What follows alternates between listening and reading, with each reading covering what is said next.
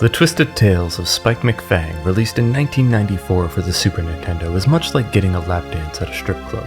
The time spent with it is short, and it's 90% grinding. As the story goes, the islands of Vladamasco were far removed from humankind. Monsters and misfits alike were ruled by three strong leaders, Dracumon, Vampra, and General von Hessler. One day, von Hessler launched an attack on the other leaders, and with his dark magic as well as an army of zombies, he took control of the other islands. During the battle, Vampra's daughter Camellia fled under the cover of moonlight to find help from Dracumon's son, Spike Mcfang, who was training to be a warrior on an island far away. You play as the titular character, Spike Mcfang.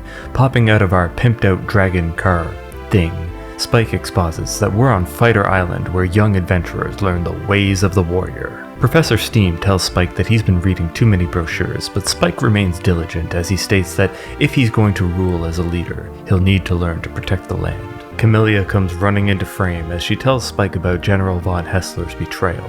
With their parents missing, it's up to them to stop the zombie army, but Spike says, nah, I've got to finish my training, since if he backs out on the classes now, he'll lose the deposit. Camellia is upset by this and says that she's going to Ratville to find someone who is actually ready to save the islands, and tells Spike to catch up to her if it fits into his schedule, and then calls him a wimp. Spike tells Professor Steam to call him on his cellular phone if anything comes up, and for Spike to have a cell phone in 1994, you know he's balling out.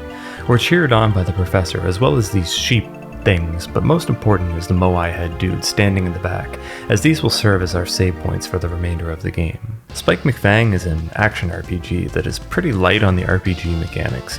You can spin around to attack enemies, but if you spin too fast you'll do this larger spin attack that's pretty damaging but leaves you dizzy for a bit, so it's best not to overdo it. You can charge up to throw your hat at enemies as well, and depending on what hat you have equipped will change the way it behaves when thrown. Leveling up is the name of the game because enemies are stacked against you, and while the vast majority of the normal enemies won't pose much of a problem, the bosses will knock you down a peg if you're not on equal ground with them. The difference one level makes is actually kind of surprising. Whenever you level up, the action will halt and Professor Steam will call you on your cell phone to let you know you've advanced to the next level. For now though, we need to complete our training, so I get things started by heading north, where a man named Clarence guides me in the way of the warrior. This mostly involves jumping over logs, hitting rocks, and popping balloon animals. The last challenge is a fight against Clarence, where you just wail on his cane until it poofs out of existence. For completing our training, we're presented with a reward. An empty box? Not just any empty box, but an empty card box. Cards work as a form of magic in this game. You can buy them from shops, but it's pretty random what you'll get, with some cards being pretty good and others being pretty much useless. The screen fades to black and we're informed that Colonel Hydra has placed her daughter in charge of defending Castle Dracumon, which just happens to be where we're off to next. Arriving in town, Professor Steam gives us some money for supplies and we're off to storm our own castle. First things first, I need to look fashionable, so I grind for money for a bit to buy a new hat and some healing items. Enemies can randomly drop either small tomatoes for health or various sizes of coins ranging in value from 1 to 10 to 50. If you're lucky, you'll get the 50 coins, which makes hat shopping go pretty quickly. When I was a kid, I used to imagine these things were filled with chocolate. New hat in hand, or rather, on head, and a couple of levels later, I'm ready to storm the castle, but the door is locked. The professor informs us that he gave a spare key to our pet Sid, who is just off to the left of the door. But when we get there, it turns out he lost the key to a clove of garlic, and we need to get it back, which takes like 30 seconds. After acquiring the key, the rest of the castle is pretty much a straightforward jaunt of killing enemies and avoiding traps. Eventually we meet up with Spike's mother, who is in jail, and she warns us that the boss is level 4 and very athletic, as well as giving us a transport card which can teleport us back to Professor Steam. Entering the throne room, I meet up with Felina, queen of the feline fighters, and Spike moves up closer to complete this little heart shape. Aww. She tells me to prepare to go down in humiliating defeat, but Spike stays cool and just says, "Let's rumble." This is what I was talking about earlier when I said that levels can make a pretty big difference. While bosses tend to have some pretty simple patterns, they're usually damage sponges that hit incredibly hard. To make matters worse, once you deplete their health bar, they refill it for a second round and gain some new attacks. I straight up died here just due to being unprepared for how much damage each hit was going to do, but with a little tenacity and some tomato juice, I eventually came out on top.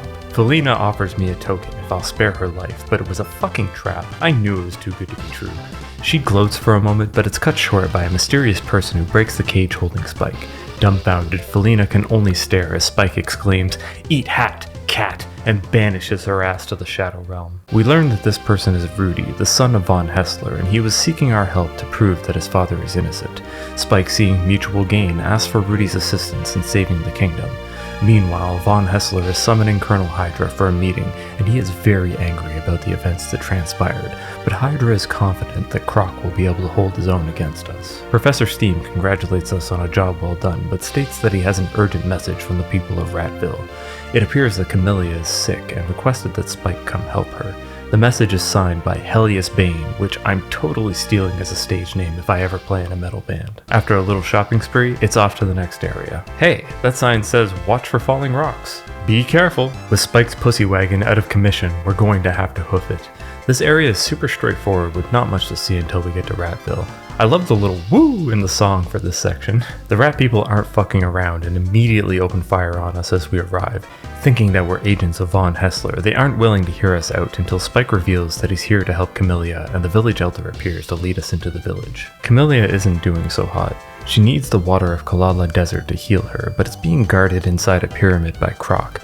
I'm pretty sure this is the only tomato plant in the entire game, and I'm getting that shit straight off the vine for an easy health refill. All of a sudden, there's floating platforms and air squids you can jump on. These little ghost things can fuck right off because they're constantly trying to push you into the abyss. Eventually though, we've reached the final squid, but I guess I ate one too many tomatoes because he explodes under the weight of my thick vampire thighs, and we fall to the pyramid below. I do a little bit of grinding before entering the pyramid because these antlion things are easy to kill and pay out tons of experience.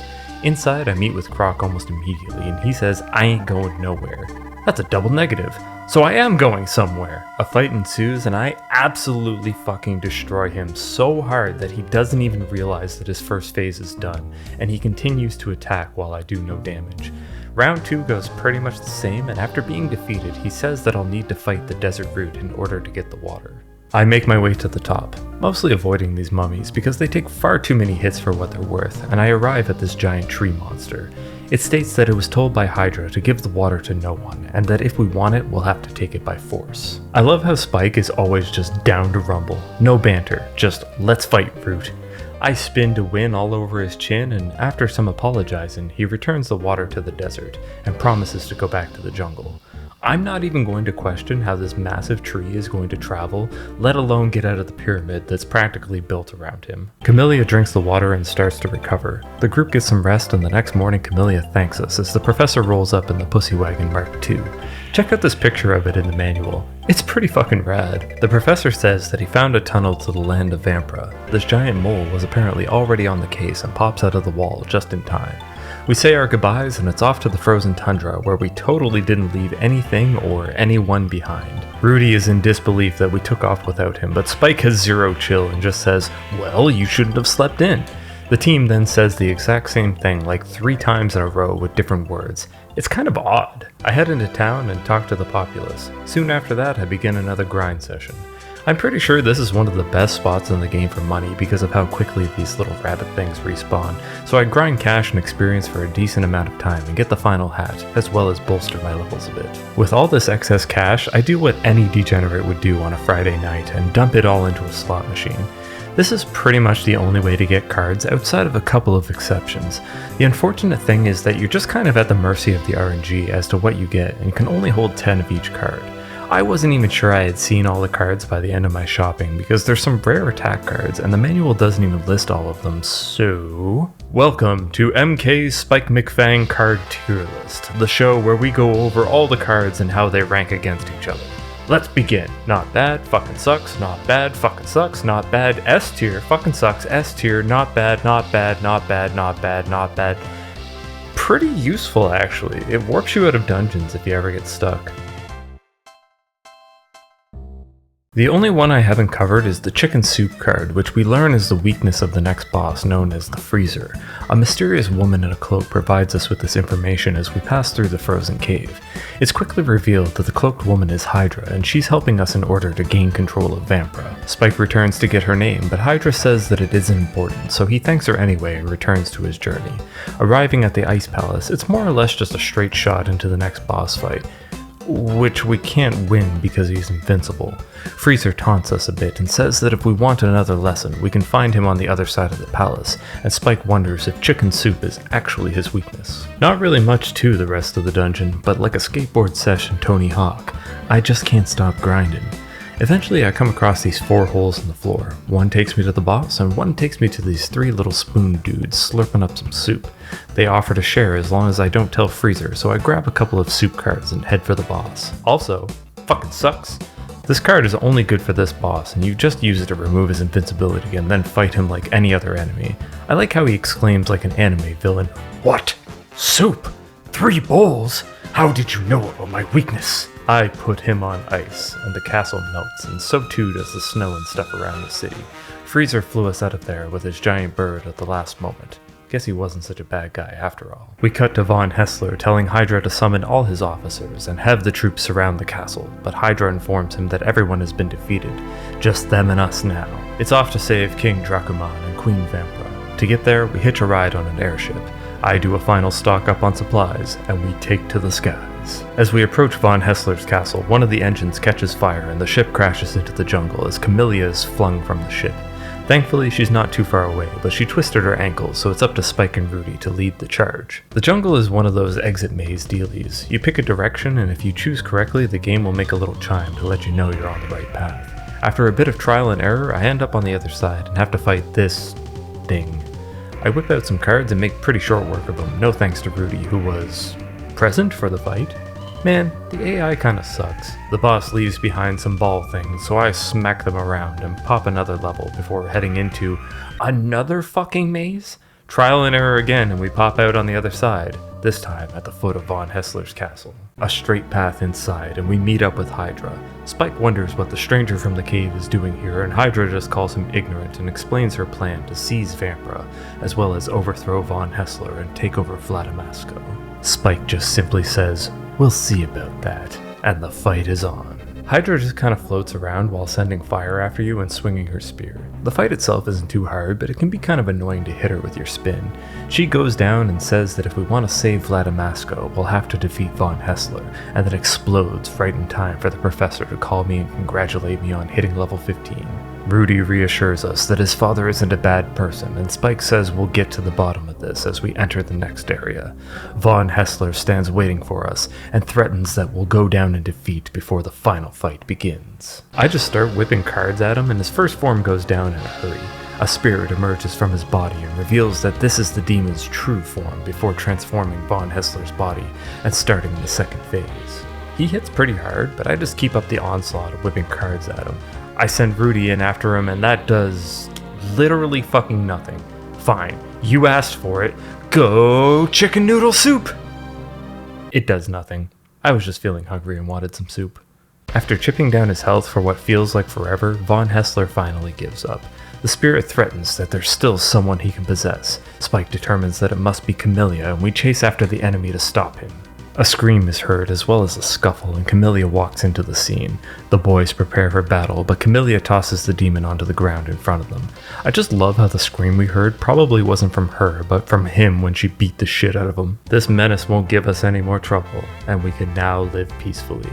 Everyone states that they'll continue to work together as a team as they strike a pose. Well, Spike can't just leave a good coin on the ground to waste, so he grabs it before striking his. Our heroes are reunited with their parents, and the islands of Vladamasco are finally safe, as the credits roll. The Twisted Tales of Spike Mcfang is a mixed bag overall. On the one hand, it's fun and charming, but on the other, it's a bare-bones RPG with barely anything going on in regards to the plot. The story beats are more or less just excuses to move from place to place, and the locations are forgotten almost as soon as they're introduced. Not to mention the slow text boxes that only hold a few words at a time, making everything just drag to a halt whenever someone is talking. The combat is pretty stiff and basic overall, and while the cards do mix things up a bit, your results will vary wildly depending on what you randomly get and what enemies you're using them on. The AI partners are practically fucking brain dead, and even with the companion card, they don't really help all that much. There is multiplayer in the game, and even though it's largely unnecessary, it would be a great time if you had a little cousin or something who just wants to be involved, and you can pass the controller off to them to whack a few enemies while you take care of the real stuff. The tunes are pretty catchy for the most part, but there's nothing too complex going on. I love the look of this game, but I feel where it suffers the most is just feeling too short and incomplete. You can easily blow through this game in about 3 to 4 hours, and probably 90% of your time is going to be spent grinding. I feel as though this could have been a great game if it was expanded a bit more into a proper RPG, but it falls kind of flat overall. I'd say give this game a shot if you like what you see, but go in with your expectations set to low. It can be a good time for an evening, but your enjoyment of the game is going to vary. If you can rope someone in co-op, I could see this being a good way to kill a few hours with a friend.